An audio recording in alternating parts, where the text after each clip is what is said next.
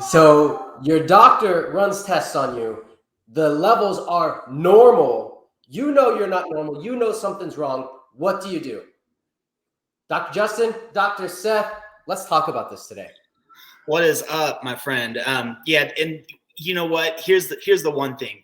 You are not alone. I hear this over and over and over and over again. And you feel like you're beating your head against the wall. What the heck's wrong with me? I must be one of one. We have the best healthcare system in the world. They can't figure me out. I must be crazy. What's up? And you are not crazy. You are not alone. This is a thing. And here's the deal. This is why. You have a standard panel of tests that get ran, right? They're just our CBC, whatever you're going to run. And if your issues are outside of those standards, you've got one heck of a fight on your hands to try to get the right information, get the right testing, because you're talking to your doctor. They don't want to listen to it. You're saying there must be something more. They don't want to pay for it. You don't want to pay for it. And it's like, all right, so then we have this just standoff where you just keep pestering your doctor. Months go by, years go by, you get nowhere. And it's like, what do I do? What's the solution? Yeah. I think that's huge too, because you go to your doctor and usually this is just like your physical, right? Like your annual physical that you go because your insurance pays for preventative care, right? That's why they do this.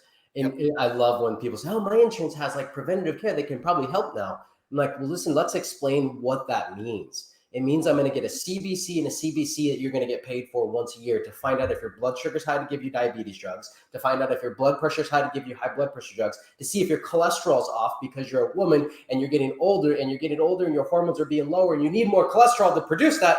They don't tell you that stuff. They just say, let's get you on a statin drug, which is one of the worst absolute, we got to write that down as we talk on that one. Statin drugs are one of the worst, absolute, terrible things that you could possibly be on. But you keep thinking that this is right and that you're well. But then in the back of your head, you've been miserable for the past 6 months or 6 years and you have no hope.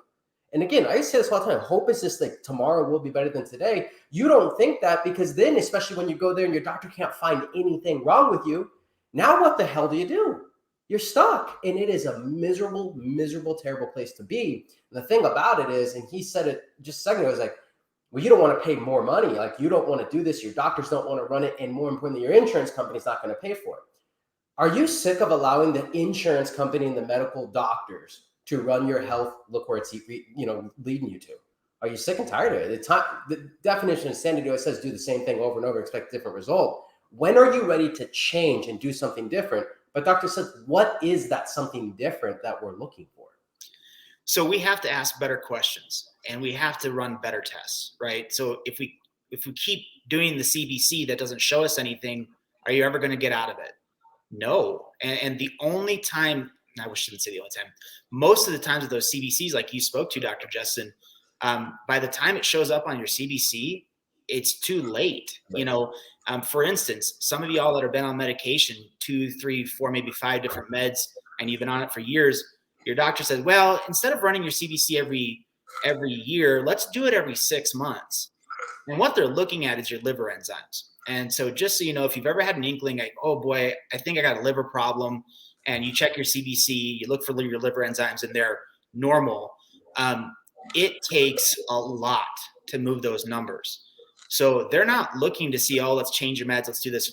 They're looking to see if you're in liver failure and then say, hey, liver's shutting down. There's no drug that we can give you to save your liver. Let's pull you off those medications, and now you're going to be, in liver failure for the rest of your life. That's really what you're looking at. So drugs were never meant to be a long-term solution. It is short-term management where you're trying to figure your stuff out. Unfortunately, we're in a system where it's long-term, leave you alone because, pharmaceutical companies getting paid. And until you're in catastrophic illness stuff, we'll never take you off of it. That's right. It's crazy. But again, that's healthcare today. And you know what? And Dr. Seth, we've been doing this long enough. You remember when we had to really talk and preach about how, it's not healthcare, it's sick care, and insurance doesn't cover this stuff. And people would be thrown away and be like, no, my insurance does. And then we would get through the end of it and be like, yeah, it definitely doesn't. We don't have to do that as much anymore. I don't even bring it up because it's like saying, hey, the sky is blue, right? Everyone's like, well, yeah, of course it's blue. That's how it is. Hey, our healthcare system is really bad at wellness care, preventative health. Well, yeah, of course it's terrible. Everybody knows that. But yeah, no, I agree. The landscape has definitely changed. People are becoming aware of our deficiencies as a healthcare system.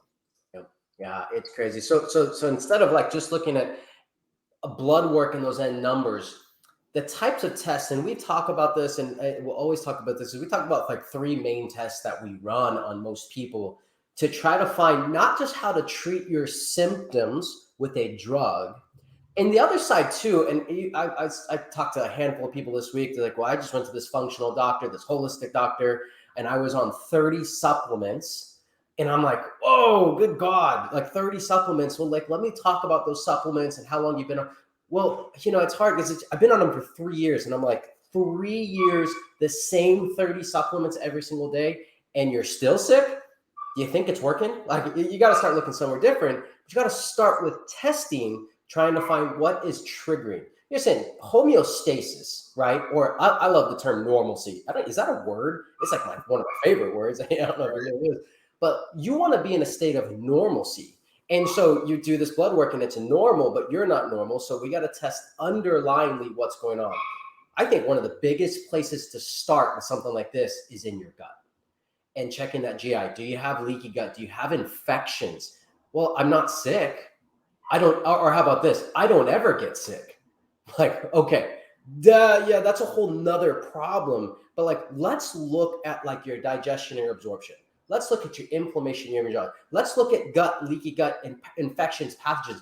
What is triggering or has the potential to trigger your body to be out of that normal physiological response? And then wouldn't it make sense? I mean, fix that? Makes sense to me. It makes sense, but that's what you have to do. So you got to get there. And gut health, and it's funny because like most people that come, we take care of a lot of thyroid hormone, autoimmune type people.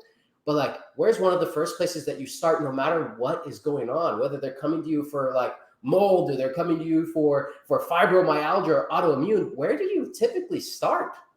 It's got to be the gut, right? You have to clear the gut first. And here's the funny thing. I don't know. I don't want to say never, but I have yet to encounter a person that is sick with X, Y, and Z. And I'm like, well, let's look at the gut. And then the gut comes back perfectly normal. I had somebody ask me that. Well, what if it comes back normal? I'm like, listen, if it comes back normal, I'll pay for it. Yeah, exactly. Yeah. You found yourself here for a reason. Usually by the time a person takes action, this isn't just a, boy, maybe I'll just check my gut just for preventative healthcare stuff. It's like, no, something's really wrong, Right. Yeah. And again, so what does a gut issue, what's it going to lead to? Well, for instance, like I think food allergies and stool testing are a very important, very good combo that go hand in hand. I don't know if you've ever done an investigation or like an autoimmune protocol or whatever, elimination type that they're very difficult to do and they're not sustainable. And I think I see too many people quit and give up because it was so hard. It was so, is it going to be this strict? I'm like, well, do you want to get better or not? First of all, but then spend the money and get the test so you know exactly what to eat. But a food allergy is just because you have gut issues. Right. You're eating these foods and you're not digesting everything here because you don't chew enough. And come on, we all do. I'm guilty of it. I'm sure you are as well. Like you just eat and then you move on. Gets into your stomach. You don't break it down because you got stomach acid and digestive issues. Gets into your intestinal tract where it gets into the blood system. And now you're triggering IgGs, potentially IgE reactions. And so in order to fix a gut, which maybe I'm jumping a little bit, but it's like in order to fix a gut, if there's a fire going on inside your stomach, you got to put the fire out, but you got to start putting fuel on the damn fire in order to put the fire out. So does change come easily? No. Because again, I said this to somebody that is like, if it was easy, do you think everybody would do this and be healthy? Right. Yeah. You know what's easy? Getting sick. Getting sick is really easy. You eat at McDonald's 3 times a day. You have horrible personal relationships. You don't have any, air quality issues inside your home. You drink too much, maybe you smoke, whatever it is. You're going to get sick in that model. Being healthy or trying to move towards wellness is a Herculean effort. I wish it wasn't that way, but everything good in this world takes effort, right? Everything good. So I don't want to hear the excuses. I don't want to hear like, well, it's just so hard. I promise you it was a lot harder to eat gluten-free 15 years ago. I promise you. It's a lot harder to be dairy-free 15 years ago. There are so many things out there. So it's just like, do I want to do this? Yes or no? And if it's yes, go get it done and let's figure it out. Yeah. And again, we'll kind of wrap this up where we started. It's all about testing. And if you're going to your doctor and your doctor is telling you that you're normal and there's nothing I can do until it's too late, there's nothing I can do until the numbers are out of normal limits. All he's saying is my hands are tied and the only thing I can do is what the insurance company tells me to do. He can't think outside the box. Dr. Seth, do you take insurance? Wow. Ask me. No. You're supposed to ask me. Yeah. I don't take insurance because here's the thing. I don't want to play their game. I want to give you the recommendations that are right for you, not what the insurance company says that I can tell you. And Dr. Justin Mosley, what's up, dude? How you doing? I'm sure you don't take insurance either, brother, right? Because that's a game you can't win. But I do want to circle back real quick because you just got my mind going big time. You said it real brief. You went fast, and I just want to leave people with this. This is such a gem. You said, or those people that say, well, I never get sick. And then like I caught on with what you were saying, but then we just moved on to something else. So why would that be a bad thing for that person where they literally never have any symptoms whatsoever? Stuff sweeps through the house. They're the one person that never gets sick over and over and over and over again. Why is that a problem? It doesn't sound like a problem. It sounds like an awesome thing. Well, so here's the thing though. Right. So you should be having little sniffles here or there. You should have exposure. If you've got kids, they are snot factories. They're disgusting. We love them, but they're gross. And if they're sick and they're coughing on you, whatever, you may get the sniffles. And what do we do when we have the first sign of any symptom whatsoever? Megadose vitamin D, megadose vitamin C. I'm taking zinc. I have all these protocols. And I very rarely have like a full-blown infection. But when there's exposure, it's like, oh my gosh, what's going on, right? So that person that's never, ever, ever sick, they never get a symptom.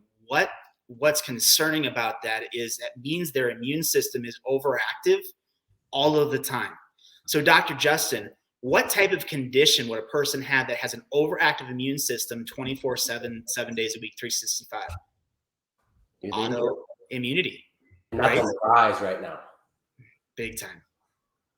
Yep. And I love it too. And because you hear that all the time. And it's a lot of times that person that I talk to is the idiot man. Yeah. Who's like, I don't get sick. I'm only talking because my wife is making me. And I'm like, I was there one time. Right. So I get it. But you find out, and then when you know what we know now about the immune systems, and now, God, we're living in a crazy time today where like immune systems are so valuable and so important right now. Wouldn't it make sense to work on your immune system, and not just right now, and not just if you never get sick or like you always get sick or you're perfect, but all the damn time you should be working on your immune system and supporting it. Like, it's just crazy. You can't do nothing and hope to get something. You just can't. So it's a deep dive. The journey of 1,000 miles begins with a single step. Don't just have that jacuzzi experience where you tune into these things and you just keep doing what you're doing and you don't change anything. Let's take some steps together. Let's make some changes. Let's get some testing. Let's get some better questions asked. Let's get some better questions answered. And let's do this thing. Awesome, guys. Well, listen, ask questions. Let us know what topics that you want us to talk about. If you're watching the replay, make sure you #replay. And we look forward to talking to you guys next week.